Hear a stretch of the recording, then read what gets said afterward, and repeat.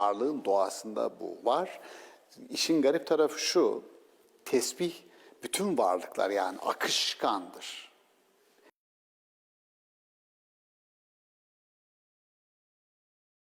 Genel izleyici kitlesi için uygundur.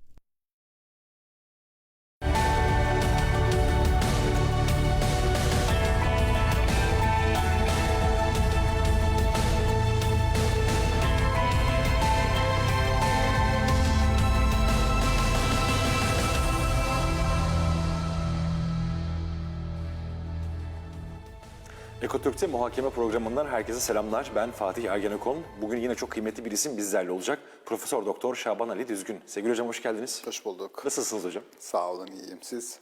Burada siz mutluyuz hocam. Sağ olun kırmadınız. Bizi Ankaralardan buraya kadar geldiniz hocam. Estağfurullah. Beraber olmak iyi. Bizim için de hocam aynı şekilde tarif edilmez. Çok sağ olun, çok teşekkür ederim. İyileştiriyor. Var olun hocam. Sağ olun. İşte mümin hocam böyle bir şifa boyutu var. Yani herhalde müminlerin yaymış olduğu bir sinerji var. Evet. Bir iman kokusu var hocam. O iman kokusu öyle ki işte iman herhalde arttıkça bir müminin iman kokusu da artıyor.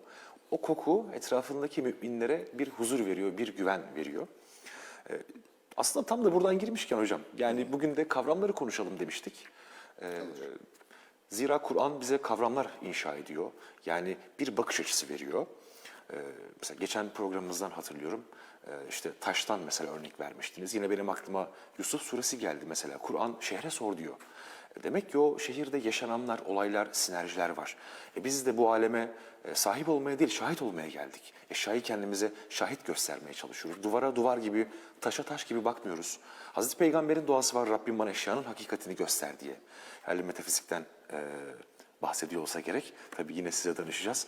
Yani İslam, iman gibi kavramlar hocam, şükür, tesbih, bunları konuşalım dedik hocam. Evet. Buyursunlar. Estağfurullah. Şehre sor, değil mi? Çok ilginç.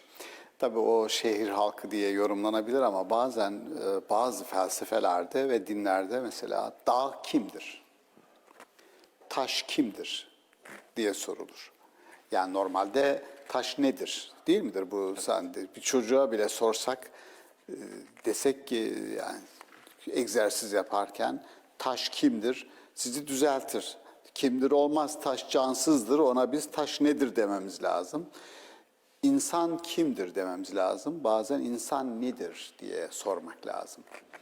Aslında kim sorusu bir kimliğe, kişiliğe işaret ettiği için taş kimdir sorusu aslında taşa bir üst değer yüklemektedir. Kur'an-ı Kerim tabii Kur'an-ı Kerim bunu yapıyor. Mesela varlığı, eşyayı sürekli akan, tesbih eden. Yani tesbih etmek bizim dilimizde dini bir içerik kazandı. Allah'ı tesbih etmek, Sübhanallah demek mesela. Peki varlığın tesbihinden bahsediyor Kur'an-ı Kerim. Ki çok ayette hocam mesela Sebbeha lillahi ma fis semavati ve Tabii. ma fil ard. Gökte ve yerde olan her şey Allah'a tesbih eder. Hatta bunun geçmiş zamanlı fiili olan sebbeha değil, yüsebbihu formları da biliyorsunuz Kur'an'da geliyor. Eder, etmektedir, edecektir. Yani onun varlığın doğasında bu var. İşin garip tarafı şu, tesbih bütün varlıklar yani akışkandır. Elektronu, protonu, yani atomu, insanın kendisi, dışarıda aklınıza gelebilecek bütün varlıklar akışkandır, dinamiktir. Yani duran hiçbir varlık yok. Ve her şey aslında kendi doğasına, o akışkan doğasına uygun olarak hareket ettiği için evren bir bütün olarak varlığa devam ediyor. Hem de anlamlı bir bütün olarak, bir anlama gelerek, bir anlama yönelerek hareket ediyor. Bu akışı bloke eden bir varlık var ya, garip. İnsanın kendisi. Ya tamam sana özgür irade verdik de yani. Şimdi Allahu Teala büyük ihtimal ediyorum. Yani şöyle düşünüyor olabilir. Ya insana özgür iradeyi veren Allah. Doğru mu? Evet. Yani tam tersi özgür irade vermeden bir robot varlık gibi de kodlayabilirdi. Bunu yapabilirdi. Özgür irade veriyorsunuz ama ondan sonra yaptıklarının büyük bir kısmına rıza göstermediğinizi de söylüyorsunuz. Yani varlık kendi doğasına akışına aykırı hareket edebiliyor. Niye? Çünkü insanın doğası, buna mülayemet deniyor. Meyli hep iyiye doğrudur. Kötüyü bilir, meyletmez. İyiyi bilir ve meyleder. O zaman fıtratımızda bir pozitiflik kodlanmış değil mi? Fıtratta normalde insanın fıtratına iyiyi ve kötüyü, daha doğrusu iyiyi de kötüyü de bilme gücü yerleştirilmiş. Buna Kur'an-ı Kerim ilham adını veriyor. İlham dediği şey bir bilgi türüdür, sezgisel bilgidir ve sezgisel olarak insan neyin iyi, neyin kötü olduğunu bilir ama tercihini doğal olarak iyiden yana. O ve elhemeha fucuraha ve tekvaha değil mi? Ve elhemeha fucuraha. Allah insanın fıtratına, doğasına neyin iyi, neyin kötü olduğunu kodlamıştır. Bu bilgisel bir kodlamadır. Ki biz iyi olanı tercih ederiz, seçeriz. Yani biz tabula rasa, boş bir zihin olarak dünyaya gelmeyiz. İyi ve kötü bize öğretilmez. Kur'an-ı Kerim iyi ve kötüyü bizim bildiğimizi ön kabul olarak teslim eder ve iyi olanı tercih edin der. Yani Kur'an-ı Kerim bir irade eğitimi ortaya koyar. İyiyi biliyorsunuz, onu yapın der. Kötüyü biliyorsunuz, ondan uzak durun der. Dolayısıyla sezgisel olarak ilham dediğimiz o yapıyla insanın doğasında var olan bir şey var. Şimdi onun için Kur'an-ı Kerim insanın doğasını, fıtratını son merci, son karar merci olarak kabul etmiyor. Çünkü insanın doğasındaki bu dikotomi, bu çatışma bazen insan kötüyü tercih eder. Neden tercih ediyoruz? Ya bir yarar görüyor onda ya da geçici bir zevk görüyor onda. Ya çünkü yapıyor, haz alıyor. Yapmıyor muyuz? Hepimiz yapıyoruz. Yani insan olmak o kötülüğü yapmamıza engel değil. Yapıyoruz bunu. Yapmak çok da böyle insanı insanlığından uzaklaştıran bir şey de değil yapmak. Israr etmek, geriye dönmemek, tövbe etmemek, sınırlarını, aştığın sınırlara tekrar geri dönme çağrısına kulak vermemek bizi insanlıktan uzaklaştırıyor. Yani günaha aldırmamak günahtan daha... Bravo, bravo. Günah işleyebiliriz çünkü insanlığımızın tanımında günah işlemek var. Fakat Kur'an-ı Kerim'in insan tanımları içerisinde, yani insan dediğiniz kimdir? İnsan, bir, diyelim ki ya birkaç tanım var da tam konuştuğumuz bağlamla alakalı. Yaptığı kötülüklerden sonra yahu ben bunu nasıl yaptım diyendir. Bak insan tanımı. Levmete, yani kendi kendini kınayandır. İçinizdeki cellat sizi binlerce kez öldürür. Bir insanı öldürdüğünüzde sizi hiç kimse görmemiş olabilir. Fakat içinizdeki cellat sizi binlerce kez ipe çeker. Bu şimdi sizin hala insan olduğunuzu gösterir. Şimdi dolayısıyla ideal insan dediğimiz şey, yani ideal insan hiç günah işlemeyen insan değil. Öyle bir ideal yok. İnsanın tanımında günah işleme var. Melek değiliz biz. Fakat o ideal insan işlediği günahı itiraf eden, ben bunu yaptım ama yanlış yaptım, ben bunu bir daha yapmayacağım diyen. Onun için Hazreti Adem örnekliğinde biz bunu görüyoruz. Yasak meyve, yasak ağaç metaforunda olduğu gibi biz kendimize zulmettik diyor ya Rabbi diyor. Yani biz yapmamamız gereken bir şey yaptık şimdi. Hazreti Adem'i büyük insan yapan, yani günah işledikten sonra o her neyse o metafor, o yasak meyve, yasak ağaç yaklaştıktan sonra biz kendimize zulmettik. Yani kendimizi karanlıklara attık. Zulüm Bir kelimesi... itiraf da var hocam değil mi orada? İnne zalemtü nefsi. Oysa ki Rabbimizi suçlayabilirdi. Sen diledin diyebilirdi. Şeytanın dediği gibi. Değil mi? Şeytan... Beni sen saptırdın diyor. Beni böyle sen yaptın diyor. Şimdi insanın ikinci, üçüncü şahıslara topu sürekli atması budur. Oysa Kur'an-ı Kerim çok açık ilkedir şu. وَلَا يَدُرَّنَّكُمْ men dalle inihtedeytüm. Siz doğru olduğunuz sürece sizi bir başkasının yoldan çıkarması mümkün değildir. Şimdi bir alışkanlıklarımız var. Biz çok kötü bir şey yaptık. Biz hırsızlık yaptık. Şimdi hakimin karşısına geliyor. Yüz kızartıcı suç olduğu için. Niye yaptın diyor. Şimdi adam şöyle diyor. Şeytana uydun diyor. Yani şimdi yakıştıramıyor kendisine. Kendisine yakıştıramadığı için şeytana atıyor topu. Ya da arkadaş beni yoldan çıkardı. Çünkü yaptığı şeyin çok kötü bir şey olduğunu biliyor. Şimdi aynısını şeytan yaptı. Yaptığı şey kötü bir şey. Allah'a diyor ki beni diyor sen diyor böyle yaptın diyor. Bilemeseydin yaptın. Ya evet diyor yani. Sen beni böyle. Hazreti Adem insan, ideal insan bu bence. Hata yapmaması gerekiyor ama yapabilir mi? İnsan tanımında hata yapma var. Tanrı değil, melek değil. İnsan tanımında var. Fakat ne yapıyor? Geri dönüyor. Sınırlarına çekiliyor. Tövbe dediğimiz şey insanın aştığı sınırlarına tekrar geri dönmesidir. İtiraf dediğiniz şey. Sınırımıza çekiliyoruz. Onun için ben bir Hazreti Musa hikayesini böyle okumamız gerektiğini düşünüyorum. Yani Hazreti Musa çok kısaca 19-20 yaşlarında biliyorsunuz bir Mısırlı, yerli Kıpti ile İsrailoğullarından, azınlıklardan ikisi kavga ederken Hazreti Musa gidiyor ve müdahale ediyor. Vuruyor ve öldürüyor karşıdakini. Öldürme amaçlı vurdu vurmadı onu biz bilmiyoruz ama sonuçta bir ölüm olayı var ve Mısır'dan kaçıyor. Çünkü aranıyor, bulunacak ve öldürülecek. Medyen'e, Şuayb peygamberin bulunduğu bölgeye gidiyor. İşte önce bir 8 yıl, sonra 10 yıla tamamlıyor. Kızıyla evleniyor. 10 yıllık bir göçebe hayatı. Sonra da tekrar unutulmuştur her şey herhalde diye Mısır'a dönmek isterken kendisine Tuva Vadisi'nde bir nar, bir ateş görünür. Nur ve nar aynı kökten gelir. Denir ki Musa vurduğu için, öfkeli bir adam olduğu için ona nar suretinde gelmiştir vahiy. Daha yumuşak olan Hazreti Peygamber'e mesela nur suretinde gelmiştir. Oysa nar da nur da aynı kökten gelir. Aydınlatıcıdır ikisi de. Ama nurun aydınlatmasıyla narın aydınlatması aynı değil. Kendisine vahiy geliyor ve şunu söylüyor. Yani sen peygambersin, güzel. Ben peygamberim de diyor Musa. Ne yapacağım insanlara gidip ne diyeceğim? İşte 10 emir. Nedir onlar? Öldürmeyeceksin. Ha diyor bir saniye ya Rabbi.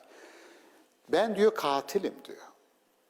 Peygamber olmadan genç yaşında ben adam öldürdüm. Peygamber olduktan yani kitap ve hikmet verildikten sonra Musa aynı olayla karşılaşsa tekrar o adama vurur muydu? Vurmazdı. Yani bir insanın eğitilmemiş doğası ile kitapla, hikmetle buluşmuş doğası aynı değil. Onun için insanın fıtratı, Maturidi'ye ben referansta bulunuyorum. Diyor ki akıl fıtratın hüccetidir. Yani akıl insanın doğasına öncülük etmelidir, ona rehberlik etmelidir. Yani insanın doğası öfkeli bir doğa. Ne yapacağız? Karşılaştık bir yerde, vurduk, kırdık. Sorduğu zaman ne yaptın? Efendim ben çok öfkeliyim. Benim genetiğimde bu var. Öyle bir şey yok. Oysa Kur'an mesela Kâzimin el gays diyor değil mi hocam? Öfkelerini yutarlar diyor. Kur'an-ı Kerim'in yapmaya çalıştığı şey, eğitimin de yapmaya, bizim bile bugün eğitimle yapmaya çalıştığımız şey otopoiesis dediğimiz yani insana ikinci bir doğa kazandırmaktır. İkinci bir doğa. Doğa doğrudur, bir insan doğuştan cimri olabilir. Doğuştan sinirli, asabi olabilir. Fakat insan eğitime inanıyorsak, kutsal kitabın bize hitap etme gerekçelerine, peygamber gönderilmesinin gerekçelerine inanıyorsak, o gerekçe şudur, insana ikinci bir doğa inşa edeceğiz. Dolayısıyla insanın kitapla buluşan, hikmetle buluşan doğası Musa'nın tekrar o olayla karşılaşsaydı herhalde vurup da o adamı öldürmezdi. Şimdi Musa'nın şaşırdığı şey şu, Allah diyor ki, sen peygambersin. İyi ben gidip insanlara ne diyeceğim? Öldürmeyeceksiniz. İyi de ben öldürdüm. Şimdi ayakkabılarını çıkar. Elini senin beyazlatacağız demesi aslında o eli masum hale getireceğiz. Sen tamam bir suç işledin. O suçun azabını, vicdan azabını çektin ve şimdi sen artık o suçla ilelebet yaşamak zorunda değilsin. Orada 7 Beyza diye çevrilen değil mi hocam? Beyza beyaz anlamına Beyaz geliyor. el demek insanın yani aslında suçlu arındırılmış eli. herhalde. Arındırılmış. Çünkü şöyledir. Ben karşılaştım bir katille. Bir kişiyi öldürmüş. 10 yıl ağır ceza, 10 yıldan fazla yatmış. Allah'ın verdiği bir canı almış olmanın, yani müthiş bir vicdan azabı çekmiş bu zat gerçekten. Evet. Küçük, kısacık, hiç lüzumsuz bir konu, küçük bir tartışma, çektim silahla. Gittim evden, aldım tabancayı, adam oradan ayrılmadan diyor, tak vurdum, öldürdüm. Nasıl oldu bilmiyorum. Fakat şimdi inanan bir insan, insan canının mukaddesliğine her şeyden önce inanan bir insan, Allah'ın verdiği canı alma yetkisinin olmadığına inanan bir insan için bir katil, insan hayatının değerini en iyi bilendir. O vicdan azabını çekmiştir. Dolayısıyla Hazreti Musa işlediği bir suç, fakat ondan sonra bir ilkeyle karşılaşıyoruz. Bir ilke şudur: her günahın tövbesi kendi cinsindendir. Yani hocam, elimle işlemiş olduğum ya da malla işlemiş olduğum bir günah var ise, tövbe etmek istiyorsam o halde, malımla ne kadar harama karıştıysam bir o kadar da infak üzerime yükümlü değil Bravo. miyim? Tam kendisi. Bir kişiyi öldürdünse bundan sonra öldürülecek insanları kurtarmak, onlara hayat bahşetmek senin yaşam felsefen olmalıdır. Onun için Musa bir kişiyi öldürmüştü ama İsrailoğullarını öldürülmek üzere Firavun tarafından öldürülmek üzere aranan, bekletilen insanları Mısır'dan kurtararak binlerce, on binlerce insanın hayatını kurtardı. Aslında bu bir, tabii ki bunlara biz şahsı manevi diyoruz. Yani Musa var, yaşadı, bu olaylar oldu ayrı, ama bunlar birer kişiliktir, kimlik değil. Kimdir Musa dersen, tarihte yaşadı, öldü. Ama o kimlik bugünkü insanlara bir kişilik olarak, bir Musa kişiliği olarak yansır. O da şu: işte bir hırsızlık yapmış bir insan, onun diyelim altında ezilir, ama bu ezilmenin başka bir şeyi var. İnsanların hırsızlık yapmasına imkan vermeyecek bir doku, bir sosyal refah toplumu var ederek ancak sen bu günahını affettirebilirsin. Yani hocam, o zaman buradan çıkaracağımız temel ilke, tövbe dediğimiz zaman günahın sonuçlarını izale etmek, değil mi? Yani elle işlediğimiz tövbenin karşılığı yani, dilli tabii, olmaz, tabii, fiili bir şekilde. fiili. Evet. Yani yalancı şahitlik yapmışsınız, bir adamın içeri girmesine sebep olmuşsunuz. Gidip, efendim şimdi ben tövbe etmem lazım hocam, değil mi? Evet, tövbe etmen lazım yavrum. Nasıl yapacaksın? Güzel bir abdestini al, boy abdesti al. Şöyle odanın bir köşesine çekil. Ya Rabbi, nasuhi, işte böyle içten bir tövbe yap, geçer. Geçmez, öyle değil. Nedir bunun tövbesi? Gideceksiniz, hakime diyeceksiniz ki ben yalan şahitlik yaptım, adamın içeri girmesine sebep oldum. Dolayısıyla bunu itiraf ediyorum. Çünkü bu suç. Bu suçu itiraf edeceksiniz ve o adamı dışarı çıkaracaksınız. Size de terettüp eden bir ceza var, sonra da alacaksınız. Yani İslam'da böyle yalancı şahitlik bütün medeni hakların düşmesine sebep olur. Medeni hak dediği, şahit olamazsınız, seçmezsiniz, seçilemezsiniz. Bütün medeni haklarınız düşer yani. Çok üst bir şey. Tabii çok korkunç bir Pardon, şey. evet. Yani diyelim bir kadına işte zina iftirasında bulundun yani. Yok böyle bir şey, ama iftirada bulundun. Senin medeni hakların biter yani. Ömür boyu bir daha o haklardan mahrum olursun. Bu Sevgili kadar hocam, ciddi. tabii buraya şuradan gelmiştik. Yani insan günah işleyebilecek potansiyelde olan bir varlık dedik. İnsan tanımı içinde bu var. Tanımı içinde bu var. Ancak dedik ki yani günaha aldırmamak, günah işlemekten çok daha beter.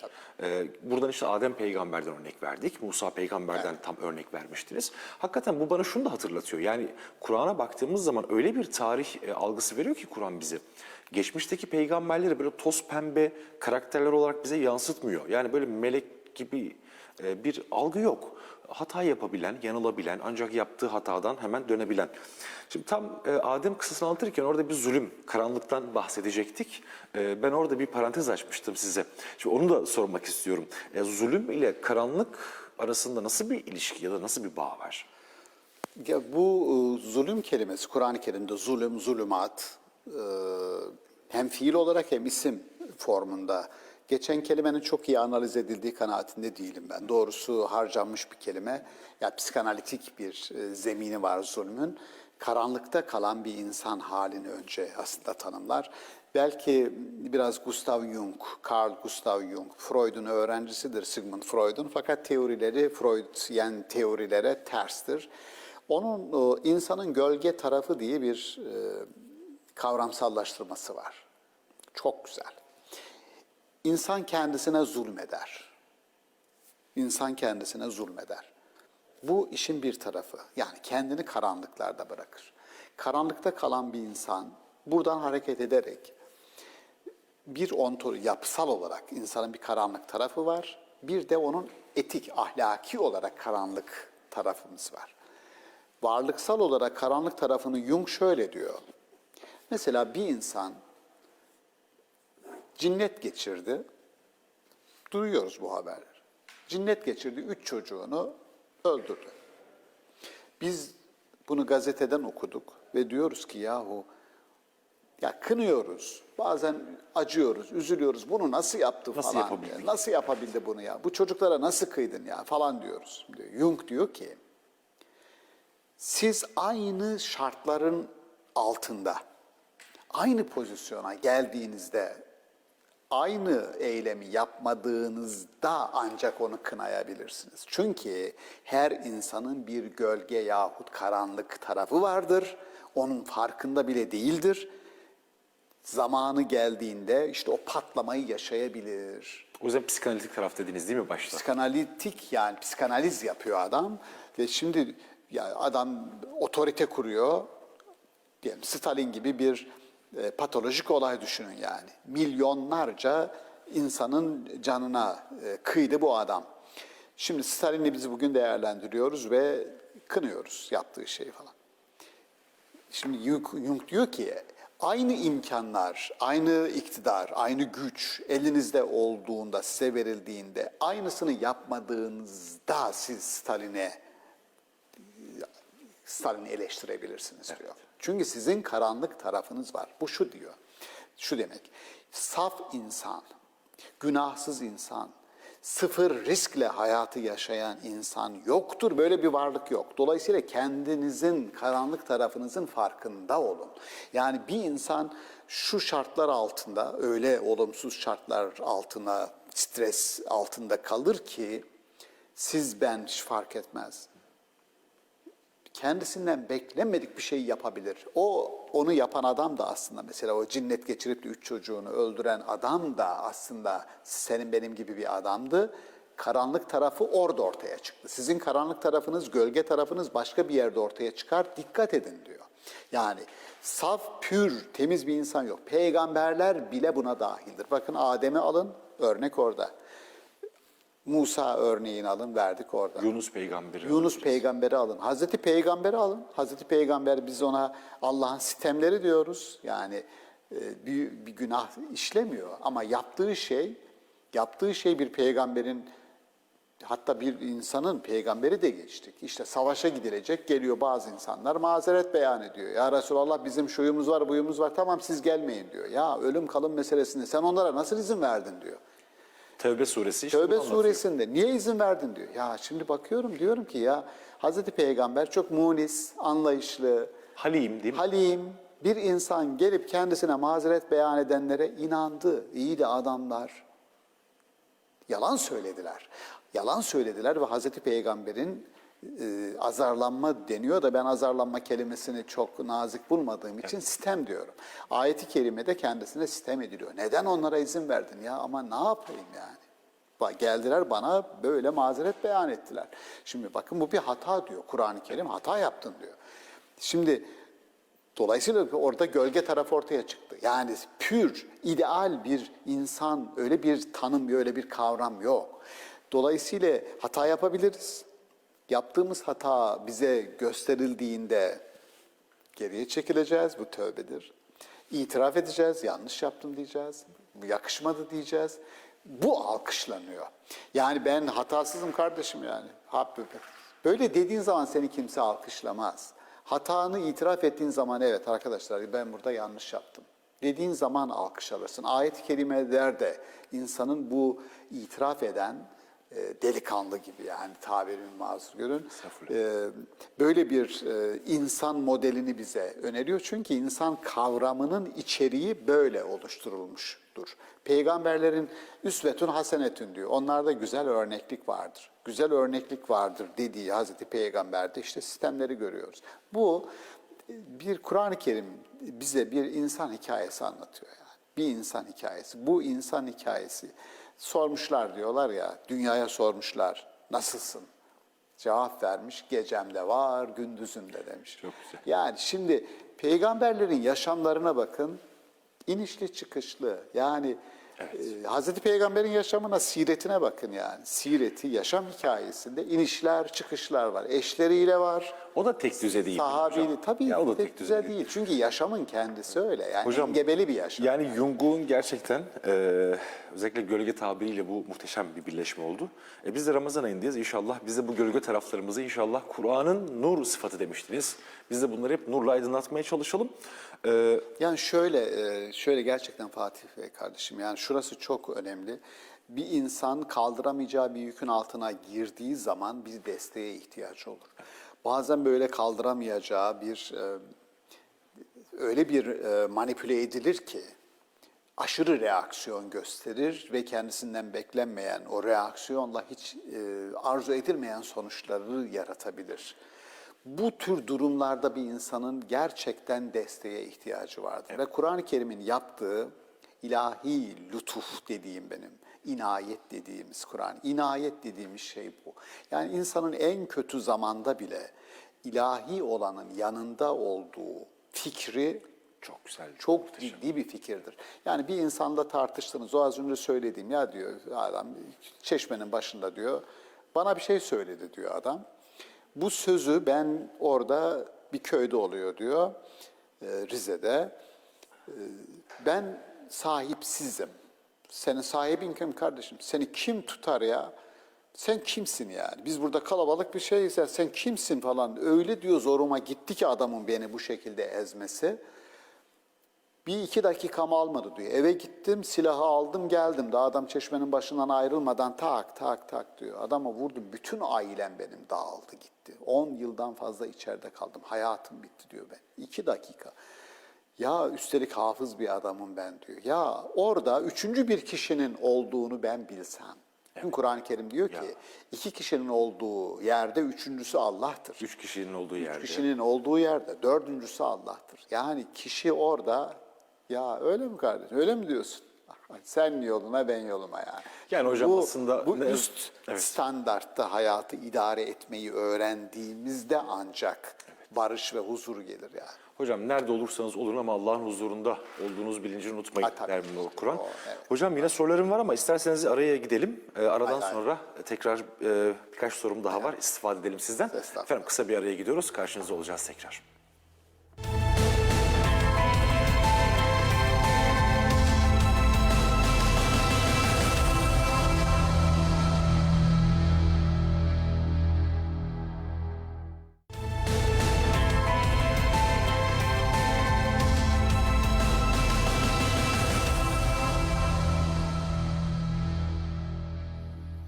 Efendim tekrar karşınızdayız. Profesör Doktor Şaban Ali Düzgün hocamızla devam ediyoruz.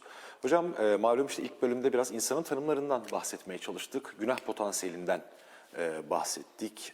Peygamberlerin nasıl bir bizim için rol model olduğundan bahsettik. Psikanalize girdik. İnsanın Jung'un tabiriyle gölge tarafından bahsettik. Biraz tövbeye değinmiştik. Yani tövbenin nasıl olması ile ilgili. Burada hemen aklıma şu geliyor. Peki tövbe dedik, biraz yönelmek, günahın sonuçlarını izale edebilmek. Kendi cinsinden yapılan bir şey. Şükür için de acaba aynı şey geçerli olabilir mi? Yani karnım doyduğu zaman çok şükür demek biraz şey gibi geliyor, eksik gibi geliyor hocam. Sanki dilin şükrü gibi geliyor. Yani karnının doyduysa onun şükrünü de başkalarının karnını doyurarak desek daha iyi olmaz mı? Evet ya, bu insanın kendi varlığıyla başka varlıkları sürekli düşünerek bu var olmak için, var kalmak için, var kılmak felsefesi. Bunun adalet, aslında bu söylediğim adalettir. Fakat adalet dediğimiz şey bir ihsan, yani estetize edilmiş bir adaletten bahsederiz biz aynı zamanda. İhsan dediğimiz Kur'an'ın anahtar terimlerinden bir tanesidir ihsan. İçerisinde hüsn vardır, güzellik vardır, vericilik vardır, digergamlık vardır, empati vardır, hemhal olmak vardır. Adalet dediğimiz şey, mesela ben doyuyorum ama başkasının da doyması gerekiyor yani. Bu sadece benim doymam değil. Ve bu düşüncem Ben bunu düşünüyorum. Bunu aynı zamanda siz de düşündüğünüz için adalet estetize edilmiş bir adalet oluyor. Çok güzel. Estetize edilmiş bir adalet oluyor.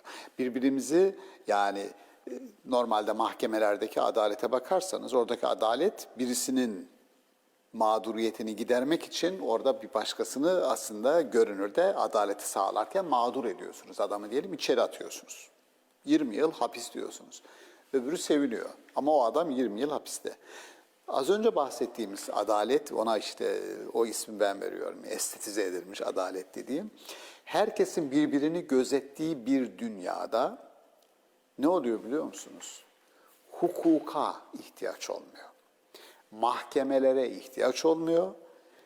O onarıcı adalet dediğimiz, yani birisinin hakkını vermek için bir başka adamın canına okumak şeklinde cezalandırıcı adalet vesaire. Oralara hiç gitmemize gerek kalmıyor. O zaman burada aslında bir adaletten estetize edilmiş adaletin bir başka formu, daha önemli formu merhamet formu. Merhamet formu. Hiç ihtiyaç duymazsınız. Arapların çok güzel bir sözü var. Merhamet, düzeltiyorum, adalet merhametin vekilidir. Onun olmadığı yerde iş görür. Normalde işte ben diyorum ki müvekkilim, avukatım. Diyorum ki kardeşim ben gelemeyeceğim, sen git benim mahkemedeki işime bak. Ben müvekkil. O da benim vekilim. Merhamet ortada yoksa adalet onun vekili olarak ortada iş görüyor. Şimdi düşünsenize mahkeme koridorlarında kim dolaşıyor? Birbirlerine düşmüş insanlar. Kendi aralarında işini halledemeyenler mahkemeye gidiyor, bizim aramızdaki meseleyi çöz diyor. Dolayısıyla hukuk, adalet merhametin olmadığı yerde, rahmetin olmadığı yerde iş görüyor. Şimdi Ekberiye dediğimiz bir ekol var biliyorsunuz. İbn Arabi'yi takip eden ve onun da çok iyi şarihleri var, takipçileri var. İşte Sadreddin Konevi gibi, Kâşani gibi, Davud el-Kayseri gibi. Davud el-Kayseri bu isimlerden önemli birisi, gerçekten iyi bir zihin. Diyor ki Allah'ın 99 ismini alın, şöyle bir karşılaştırma yapın diyor. Bir tesbih, 99 boncuklu bir tesbih, başında bir imame var. İmameyi kopardığınız zaman bu tesbih ne olur? 99 tane boncuk olur diyor. Tesbih olmaktan çıkar. İmame olmadığı için. İmame olmadığı zaman. Allah'ın isimlerinden bir tanesini çıkarırsanız diyor, onların imamesi o isimdir. O ismi çıkarırsanız hepsi dağılır. Hangisi hocam? Allah'ın rahim oluşu, merhameti. Allah'ın merhameti. Onun için Allah'ın isimleri arasında Kur'an-ı Kerim'de atıf harfi yoktur.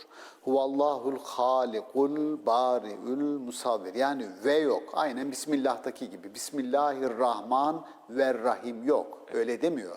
Rahman er-Rahim. Vavsız. Bu şu demek, bütün isimleri topladığın zaman Allah'ı elde ediyorsun. Yani bütün isimler her biri birlikte dikkate alınmalıdır ve onları bir araya getiren de Allah'ın Rahim ismidir. Bu dinin, o dinin kitabının da, o dinin Allah'ının da tanımlayıcı temel niteliği Rahim oluşudur. O yüzden Rabbimiz kart vizitine yazmamış mı? Rahim. Her surenin Rahman, başında değil mi hocam? Rahman, o yüzden bir işe Rahim. başlarken her surenin başında besmele. Aslında Peki niye bunu yaparız? Evet. Ya bir insan şöyle diyelim, gerçekten güzel bir soru. Ya ben size sorayım. Ben size sorayım. Bir insan sabah evden çıkarken Bismillahirrahmanirrahim diye çık. Bir işe başlarken Bismillahirrahmanirrahim diye başla. Güzel. Peki bu fenomenolojik olarak bunun bizim yaşamımızda nasıl bir etkisi olması beklenir ki böyle bir talepte bulunulur bizden?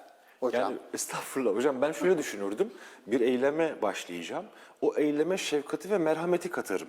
Bir öğretmensem sınıfa girerken besmele çekiyorsam eğer o zaman öğrencilere olan yaklaşımımda da o rahmeti ve merhameti ön plana çıkaran bir tutum sergilerim. Ya da bir işverensem kendi personelime ya da çalışanıma yani dilimle besmele çekip elimde cetvelle ders anlatılmaz. Evet.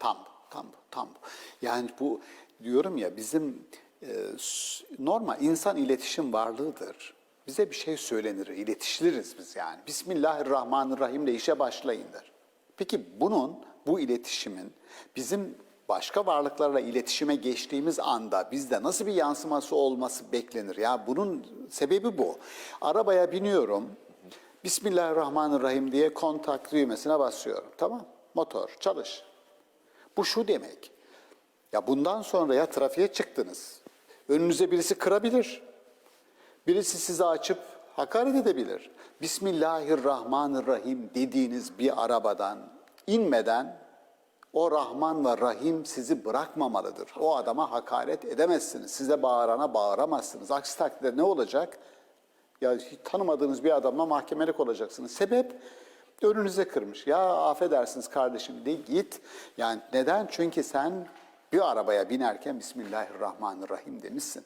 Sınıfa girerken Bismillahirrahmanirrahim dedinse artık eline cepleri alıp bir çocuğu cezalandıramazsın. Düşünsenize bizde şimdi umarım yoktur. Yok olduğunu düşünüyorum ama eskiden bir hocamıza sormuştum. Rahmetli oldu. Dedim ki hocam hafız kendisi. Hiç dedim hocam öğrenci hafız da yetiştirdi. Hafız yetiştirirken öğrencilerinizi hiç dövdünüz mü dedim. Çok dedi. Peki nasıl yaptınız bunu ya? Niye? Çünkü dedi ben de çok dayak yedim. Şimdi dedim dur hocam. Ne yapıyoruz dedim. Allah'ın Kur'an'ını, kelamını öğretiyoruz millete. Okuyamadığı zaman dövüyorsun. Hem de ne biçim. Bunun dedim mantığı ne ya dedi. Bunun mantığını soran eden yok ki dedi yani. Öyle görmüş dedi. Şimdi ya Bismillahirrahmanirrahim her an dilinden akıyor ve şiddet her tarafından fışkırıyor. Bu nasıl bir iştir? Çocuğuna karşı öyle, eşine karşı öyle, diğer insanlara karşı fiziki olmasa dahi değil mi? Sözel olarak şiddet. Şimdi dolayısıyla şuradayız. Yani bir insan Bismillahirrahmanirrahim diyorsa ya bu söze sadık olacaksın ya da deme kardeşim. Yalancı olursun. Allah'ın ismiyle ben başlıyorum diyorsan, o ismin yol göstericiliğine inanıyorsan, böyle bir irtibatın olduğunu düşünüyorsan ve bunun karşılığını bekliyorsan, yani bir karşılaşma günü diye Kur'an-ı Kerim'de bir ifade var. Yevmü't telak, karşılaşma günü. O kadar etkileyicidir ki yevmü't telak. Yani insanın yaptığı her şeyin önceden kendisini karşılamak üzere öbür tarafa gönderildiği. Ne yapıyorsanız sizi karşılayacak. Yani eylemlerimizi biz burada hocam sergiliyoruz. Ancak eylemler hemen bizi orada ahirette bekleyecek. Kesinlikle. Değil mi? Cisme adeta sanki bürünüyorlar ve bizi Öyle. bekliyorlar orada. Bu kadar efektif, bu kadar etkili. Bir hanımlar grubuna konuşuyordum. Onlara şunu söyledim. Siz dedim zannediyorsunuz ki öbür tarafta böyle size bir köşk verilecek. Hazır bir köşk var. Efendim önünde de dolu bir havuz var. Nasıl yani? Yok mu hocam dediler. Yok dedim. Orada size böyle hazır bekleyen bir köşk yok. Hiç önünde de öyle bir havuz falan yok. Bahsedilen nimetler falan da yok. Ya nasıl yok hocam dediler işte. Burada yaptığınız eylemlerle siz burada onu inşa ediyorsunuz ya da edemiyorsunuz. Onun içerisine bir kova su buradan döküyorsunuz ya da dökmüyorsunuz. Nasıl oluyor o? Burada söylediğiniz güzel bir söz, eylediğiniz güzel bir eylem orada size bir tuğla olarak, yani bakınız efektif. Yaptığınız her şey inşa ediyor. Aksi takdirde yok. Yani İşte bu nifak da insanı yönetmez mi hocam? Yani işte yine o ayete geldik. Hani ya eyyühellezine amenu ey iman etmiş olanlar lime tegulune ma la tef'alun. Niçin yapmayacağınız şeyleri söylüyorsunuz? Hani bu hep sürekli çünkü şuna yönlendiriyor insanı. Zihnimde düşünceler var ancak eylemlerimde sürekli dilimi yalanlıyorum. Dilim bir şey söylerken elim dilimi yalanlamaya başlıyor. Bir süre sonra inandığım gibi yaşayamadığım zaman bu sefer eylemlerim benim inancıma aksederek beni yönlendirmeye başlıyor. Yani Hazreti Ali'nin öyle güzel bir sözü var ya, yani insanlar yaşadıkları gibi inanırlar. Bu teorinin mi pratiği, pratiğin mi teoriyi öncelediği tartışmasıdır. Aslında insanların yani doğrusu da benim de kanaatim pratiğin teoriyi öncelediğidir. Öncelemesi gerektiğidir. Onun için Hazreti Yusuf döneminde Aziz diye geçer Kur'an-ı Kerim'de. Yani Aziz dediği adam diyelim ki ya en tepe yönetici. Evet. Adama gittiği zaman diyor ki beni eğer hazinelerine bakan diyelim bugün ifadesiyle bakan yaparsan benim güvenilir bir adam olduğumu göreceksin. Şimdi peygamber Hazreti Yusuf. Ben peygamberim falan demiyor. Önce diyor ki benim güvenilir bir adam olduğumu göreceğin, bak ben güvenilir bir adamım diyor. Bana hazineleri verirsen göreceksin, ben bu işi biliyorum. Yani pratik teoriden önce. Önce gör diyor benim güvenilir bir adam olduğumu. Şimdi dolayısıyla biz söze değil eyleme öncelik veren bir düşünce. Yani din dediğiniz zaman bu. Din Hazreti dediğiniz Peygamber'in zaman- elemin değil mi olması da vahiyden önceki durum değil mi? Aynen. Yani bugün hocam baktığımızda Hazreti Peygamber'in vahiyden önceki neredeyse tek vasfı elemin oluşuydu. Bir kabile lideri değildi. Çok böyle Mekke'nin önde gelen, kendisine danışılan insanlarından biri değildi. Vahiyden önceki Orada vasfı enteresan bir şey var ha bakın. Lütfen hocam. Estağfurullah, çok enteresan. Şimdi müşrik Araplar Hazreti Peygamber'e inanmıyorlar, reddediyorlar. Davet tekrar edince şöyle diyorlar. Ya senin bir kabile reisi olman gerekmez mi?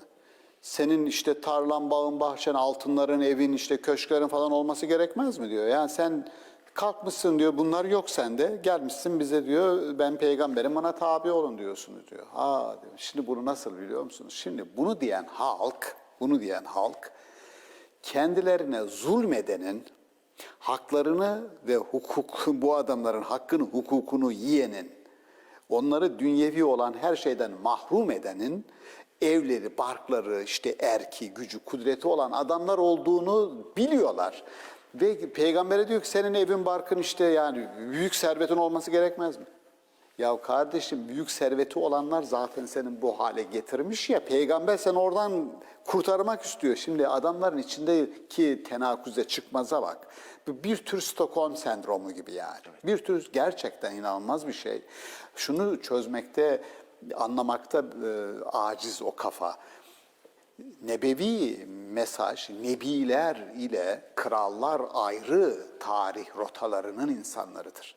Yani krallar, filozoflar, peygamberler ayrı rotaların insanlarıdır. Ve peygamberlerin tarihi kıran, akışını diakron dediğimiz makas değiştiriyor. Tarih makas değiştiriyor peygamberlerle, krallarla değil. Kralların yaptığı çok nadirdir adil krallar. Onun dışında kral dediğiniz zaman hükümdar, hükümranlık, egemenlik, emperyal toprak genişletme vesaire. Şeyde meşhur bir fıkradır ya, Büyük İskender bir haydut denizlerde, korsan, onu tek gemisi var adamın, yakalamış getirmişler. Demiş ki Büyük İskender buna, niye demiş sen korsanlık yapıyorsun, gemileri soyuyorsun, karaya yakın yerlere çıkıp talan ediyorsun milletin vesaire vesaire. Demiş ki, yahu demiş aynı şeyi yapıyoruz demiş. Sen de talan ediyorsun, ben de talan ediyorum ama bir fark var. Tek gemisi olana korsan, çok gemisi olana hükümdar diyorlar. Tamam. Şimdi yaptığı şey, hükümdarın yaptığı şey bu. Peygamber bütün bu rotasından çıkan ne varsa bunları ana rotaya sokmaya çalışıyor yeniden. Fakat ona karşı çıkan halk diyor ki, niye diyor senin diyor büyük işte zenginliklerin, iktidarın, kudretin yok. Ya sizi ezdi bu adamlar, değil mi? Evet. İnanılmaz bir şey bu. Ama hala beklentisi zulüm görmüş olduğu sistemin içerisinden birisini bekliyor. Oysa ki peygamberler zaten o sistemi yıkan aslında birer devrimci modelinde. O anlamda devrimciler. Bunu şuna benzetirler. Bir fil doğduğu zaman, yani küçük fil iken kendisinin ayağını bir diyelim ki direğe bağlarlar. Zavallı fil o direğe bağlanınca ayağı, oradan kurtarmak için vur çek yani vura ayağını incitir eder fakat çaresiz. Kurtaramaz kendisini. Büyür eder, öyle büyük bir hale gelir ki devasa fil aslında istese artık o direği ayağıyla devirebilir. Fakat deviremediği için şimdiye kadar inandığı bir şey var. O direği deviremeyeceği. İşte o bizim öğrenilmiş çaresizlik dediğimiz şey aslında kendi güçsüzlüğü duygusu kendisine bir şekilde yaşatılmış ve onu içselleştirmiş, onu aşması mümkün değil. İnsanların yani devrim yaratabilmesi için diyelim 1789'u ya da İngiliz devrimini, Amerikan devrimini neyse Fransız devrimini, bütün bu devrimleri aldığınız zaman önce devrimlerden önce fikirlerin bir güzel insanlara aşılandığını, eşitlik, özgürlük, kardeşlik gibi ondan sonra ancak yani önce bunu yıkması gerekiyor. Kelimeler peygamberlerin silahıdır. Başka bir şey yok. Kelimeler peygamberlerin silahıdır. Hatta Özen Hocam, onlarla ancak iş görüyorlar. sanatsal faaliyetlerde değil mi? Önce ortaya çıkar, sonra fikri zeminde tartışılır vesaire. Öncesi bir süreç vardır. O süreçten sonra bunlar gerçekleşir. Tabii ben aynı şey hocam İbrahim peygamber için de sanırım söz konusu. Mesela İbrahim peygamberden bahseden Meryem suresinde ayetler var. İşte Sıddıkan ve Nebiyyen diyor. Yani önce Sıddık sonrasında diyor Nebilik oldu. Yani sanki adeta tabii bu çıkmaz ama o onun bir parçası, o onun bir getirisi. İşte siz tabii buraya hani Yusuf peygamberden geldiniz aslında. Yani pratiğin, praksisin, eylemin oradan geldik. Eylemin söylemden çok daha önemli olduğudur. Yani bir heykel, ben muhteşem bir heykel yaparım size falan diyen bir adamın sözünden çok daha önemlidir orada dikilen bir heykel yani. Onun için Hazreti Ali'nin söylediği nasıl yaparsanız, nasıl eylerseniz öyle inanırsınız sözü pratiğin bu hatta komünist dünyada işte Mao için kullanılır. İlk defa Mao teoriden önce pratiği getirmiştir. Yani yapmıştır adam öyle demiştir ve ondan sonra yaptığı şekilde komünizm kendisine bir rota çizmeye başlamıştır. Bugün hatta hocam hakikaten psikolojide de işte tutum dediğimiz zaman temel malumunuz üç bileşen yani duygusal bölüm, bilişsel bölüm ve davranışsal bölüm. Hani bir şeye karşı tutumumuzun ne kadar güçlü olup olmadığı bu üç bileşeninin gücüyle ölçülüyor. Gerçekten işte davranışların da bilişsel süreçleri hatta duygusal süreçleri etkilediği. Yani insanların sadece beslediği duygular ya da zihin dünyaları, davranışları değil. Davranışlar da insanların elbette zihin dünyalarının ve bilişsel şeyleri. Yani davranışın önemi şurada yani duygusal ve bilişsel süreçler nihayetinde bir kararla sonuçlanır ve karar verdikten sonra eylem yaparsınız. Yani eylemin zemininde bir karar vardır ve insan aslında karar veren bir varlıktır. İnsan karar veren bir varlıktır. Aynı zamanda anne rahmindeyken bile ana rahmine karar, müstakar denir insan için. Yani insan ana rahmi bir karargahtır. İnsan karar verdiğinde insandır ve o eylemi yaptığında üst insandır. Sadece bilmek bizi diyorum ya, yani düşen bir insanı kaldırmak iyidir. Ben bunu biliyorum. Bu adamı kaldırmıyor. Adam duydu ve ben duyuşsal olarak da ona empati kurdum, yazık oldu falan diye. Bu tamam güzel, insan olmak bunu hissetmeyi gerektirir ama adamı kaldırmaz. Eylemdir. Karar verirsiniz ve onu yaparsınız. Bu karar mekanizması ya bir eylemin en son bütün süreçleri geçer. Yani bir insanın zihninde aslında biz bilişsel, duyuşsal ve davranışsal dediğimiz o tutumun altında 40'a kadar yani bunu Kuşeyri 40'a kadar bir sürece yayıyor. Freud bunu 10'a kadar çıkarıyor. Yani bir eylem yaptığımızda aslında o eylemi yapma kararı alana kadar uzun gitgellerimiz var bizim. Ya insan inanılmaz bir varlık. Her an bir aşamada geri dönebiliyor. Her an bir aşamada geri dönebiliyor. O aşamadan geri dönmeyip de bütün o süreci en sonunda gidip karar verip yaptığın zaman geri dönmeden bu Simurg hikayesinde vardır ya 30 kuş hikayesinde. Hepsi kendi padişahlarını görmek için yola çıkıyorlar ama çoğu dökülüyor, geri dönüyor. Bir kısmı işte Hırs Vadisi'nde, bir kısmı bilmem ne vadisinde Feridüddin Attar anlatıyor. En sonunda kesin karar verip de dönmeme kararı verip de kendi padişahlarını Simurg'u görmek için Kaf Dağı'nın arkasına işte giden kuşlar gidiyorlar, padişah yok ya. Nerede padişah diyorlar? Buraya geldiğiniz için o padişah sizsiniz diyorlar. Yani. O Simurg, 30 kuş onlar sizsiniz. Yani bu süreçten hiçbir şekilde taviz vermeyen insan olma sürecinden, başka insanlara dokunma azminden, iyilik yapma, iyi olma, iyinin timsali olma yani eylemden vazgeçmeden karar verdim yapacağım iyi bir eyleme. Bu süreç seni hiçbir şekilde geri döndürmüyor. Ne başkasının kınaması, ne başkasının alkışlaması, ne başkasının vaadi. Şimdi sonunda geliyorsun, nerede bizim padişahımız Simurg? O padişah sensin kardeşim çünkü onu başarmışsın. Şimdi bunu Şahname'de ilk defa anlatıyor Firdevsi ama Firdevsi, evet. Firdevsi Şahname'de anlatıyor ama Feridüddin Attar bir tasavvufi terminolojiye dökerek anlatıyor bunu ama şu yani bir insan öyle padişah falan arama diyor. Eğer azmeder yaparsan o padişah sensin yani. Evet. Hocam çok teşekkür ediyoruz katıldığınız için. Bu son şunu hatırlattınız bana. Başta programda bahsederken akışkanlıktan, yalnızca sadece insanın bazen durağan olduğu. Kur'an'da geçmeyen 2 kelime var hocam hiç. Bunlar tatil ve emeklilik. Kur'an hiç tatil ve emekliliği kullanmıyor. Demek ki bizden sürekli aktif bir akıl, aktif bir zihin ve aktif bir vicdan. Tatil ve emeklilik ölüm demek yani. Evet, siz de- Kur'an'da öldüğün zaman artık tatil. Tatil ve emeklilik, evet. evet. Size bugün bolca bizim aklımızı aktif tutacak bir Sağ olun, gerçekten eksik program oldu. olmayın. Var olun, var olun O hocam. sizin moderatörlüğünüzde oldu. Sağ olun. Eksik olmayın. Sağ olun. Güzel yüreğinize sağlık olsun. Sağ olun. Efendim Sağ olun. Profesör Doktor Şaban Ali Düzgün hocamız bizlerleydi. Yarın yine muhakemede görüşmek üzere. Selametle.